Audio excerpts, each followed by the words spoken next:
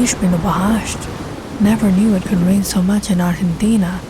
It sure didn't rain like this back in Germany.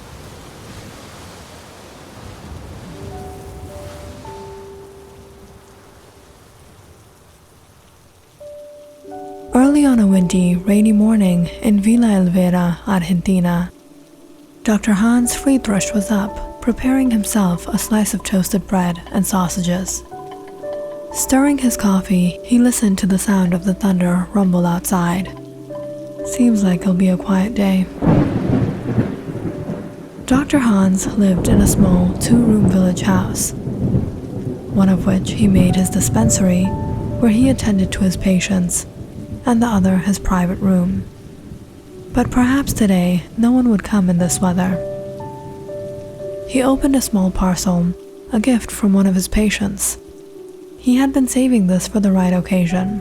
The elderly woman had been so kind to make him these cookies. These people sure have a sweet tooth in the morning.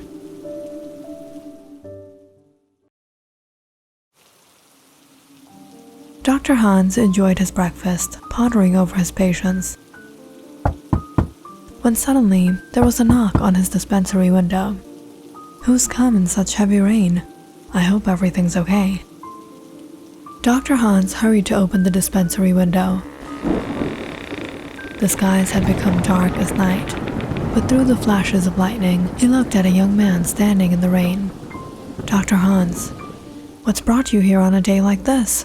Hurry, come inside. Dr. Hans opened his door, allowing the young man inside, and hurried to get some towels. You're soaking wet, dry yourself. I'll bring you a change of clothes.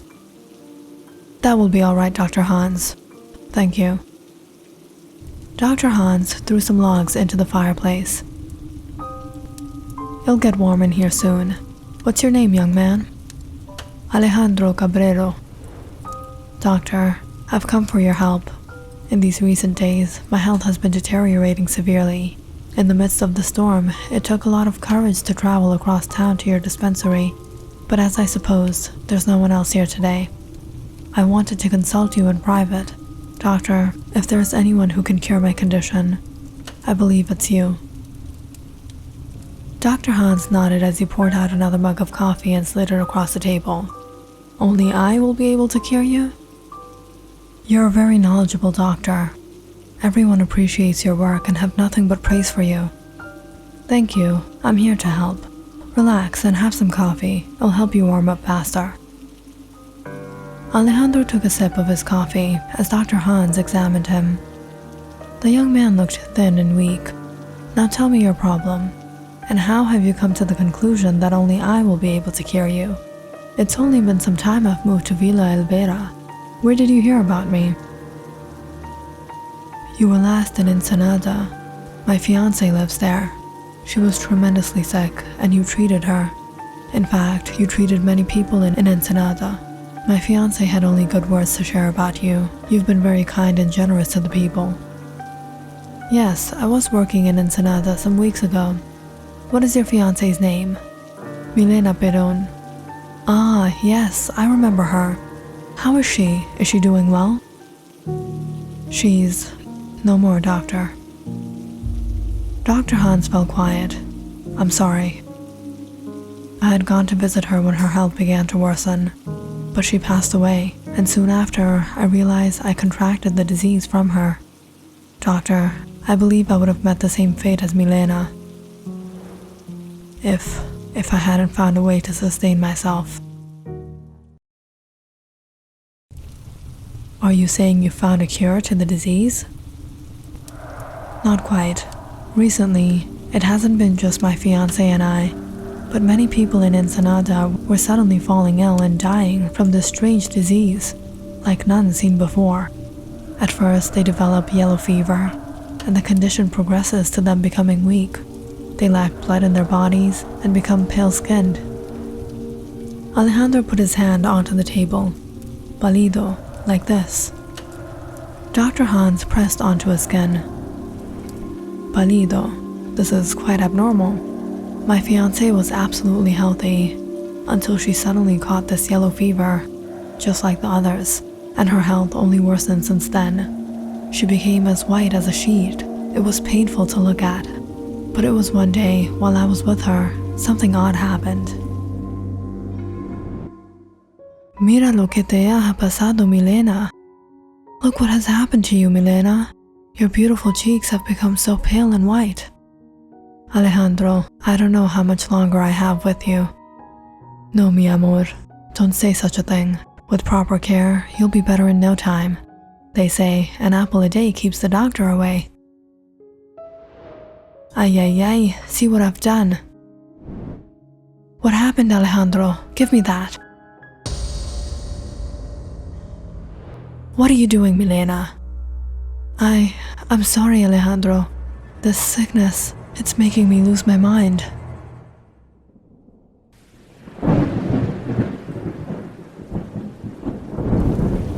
I accidentally cut myself, and upon seeing my blood, my fiancée suddenly started to behave strange. She became anxious and took my finger and began to suck the blood. I was shocked. I pulled my finger away, but I noticed her skin regained some color. Her lips took on the reddish hue it used to have. It was as if she had returned to normal. But it didn't last long. Within a few hours, she fell sick again. Her skin became pale. She fell weak, until her body failed her. Doctor, this disease must be contagious, because after Milena's death, I started to experience the same symptoms. My health was failing me. I felt like I was dying. I tried every remedy, but nothing was working. But at the same time, I realized something strange. I had acquired an unusual attraction to the sight of blood. I started to wonder, had Milena returned to her normal state, having had a drop of my blood? I've done a horrible, wicked thing, but I couldn't control myself. I acted out of my instinct to survive, and I took a life to sustain my own. There used to be a beggar who came down my street every evening. I invited him in for a meal. A meal not for him, but for me. Once I was content with his blood, I felt much better. Not only was I relieved from the pain, the weakness, but I discovered I acquired extraordinary abilities. I felt incredible strength. I was suddenly able to see things I could never imagine before. I could see a fly move its wings. I could see the heart beating within people's chests. I could see blood pumping through their veins. And it wasn't only sight. I could hear from a mile away. I could smell the slightest sense that can't be detected by man. But doctor, I have no need for these abilities, for this wicked, unholy life. I'm only able to experience those powers and good health when I feast on life. And when I don't, I become sick, pale, and weak. I lose all my abilities. It's as if I start walking to the verge of death. I don't want to sustain my life like this. A life so unholy, demonic, and devilish. Please, save me. Dr. Hans became silent, listening to everything Alejandro described. You must have contracted the disease from your fiancée when your blood came into contact with her saliva. But this is unbelievable. Suddenly, there was another knock on the dispensary window. Dr. Hans, it's me, Felipe. Dr. Hans excused himself. Just give me a minute. I think it's one of my patients. Felipe, it must have been a hassle getting here in this rain. It wasn't too difficult, doctor. I've brought my bicycle along. It didn't take much time. Be careful, these roads can get slippery. Now how can I help you? You visited my house a few days ago to treat my sister, but her fever has only increased. I've come to pick up her medicine. Alright, I'll prepare it for you. Dr. Hans returned back into the room. I'll be with you in a moment, he told Alejandro as he opened a cabinet and took out a few beakers to prepare the medication. Alejandro anxiously waited to speak to him. But as soon as Dr. Hans left to the dispensary, Alejandro suddenly felt his urge for hunger. He looked at the cabinet that Dr. Hans had left open. He could smell the blood stored in the vials inside. His body craved to fulfill itself. He hadn't satisfied his needs for a long time. He restrained himself from this kind of life, suffering and enduring through the pain. But looking at the vials, smelling the blood, he could no longer control himself. In desperateness, he picked up the vials and drank his fill. At once, a sudden rush of energy exerted through his body. He no longer felt weak. His vision improved beyond clarity. His hearing increased, and his sense of smell took him far. Guilt had him at its mercy. He slowly looked through the door into the dispensary. Through the window, he could see the man who had come, his heart beating rapidly in his chest, the blood pumping through his heart. "Here you go. Give your sister 2 doses every 6 hours. But what Alejandro saw next horrified him. There stood Dr. Hans. His heart did not beat. It was cold and dead. When Alejandro first acquired his abilities, he could see the heartbeat of everyone around him, but he noticed something different about himself. He couldn't see his own heartbeat. Alejandro stepped back as numerous thoughts ran through his mind.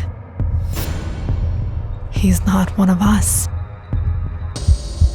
What have you done, Alejandro? Alejandro turned to see Dr. Hans staring at him. You're not a human. You've become one of... With a menacing chuckle, Dr. Hans said, "You made a mistake coming here, Alejandro. You could have enjoyed what you achieved. But now, I cannot spare you. You know too much." Hans Friedrich was a very famous and highly educated military doctor. He served in Germany for many years, working on a highly confidential and potentially lethal experiment. He and his fellow colleagues were inventing a super serum that could create unstoppable, extraordinary soldiers. However, the results they achieved were that of an unholy, wicked, gruesome creature. "Doctor, what are you doing? There's no antidote to this. This is dangerous." "Do not interfere, Isla. This needs to be done." "Doctor, are you sure you want to do this to yourself? You saw what happened to those lab subjects. There'll be no way to turn back. They've become into something else, into creatures feasting on blood. They can't be tamed." "Shut up, Isla. Give me the syringe." "Anything for the Führer and the fatherland."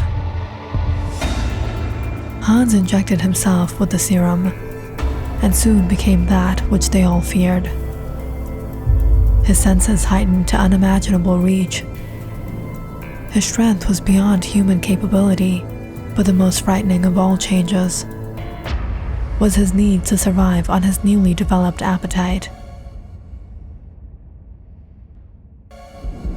Dr. Hans was then sent to Argentina, where he traveled from village to village to continue running his experiment in his service to the Führer.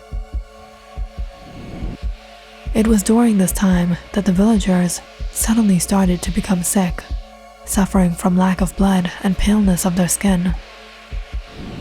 They blamed this and they blamed that. Who had come into their lives as a savior?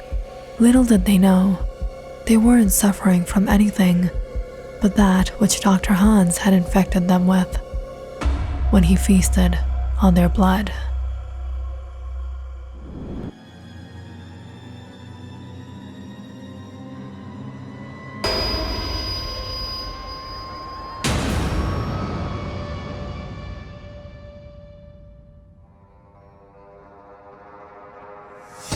Anything for the Führer and the fatherland.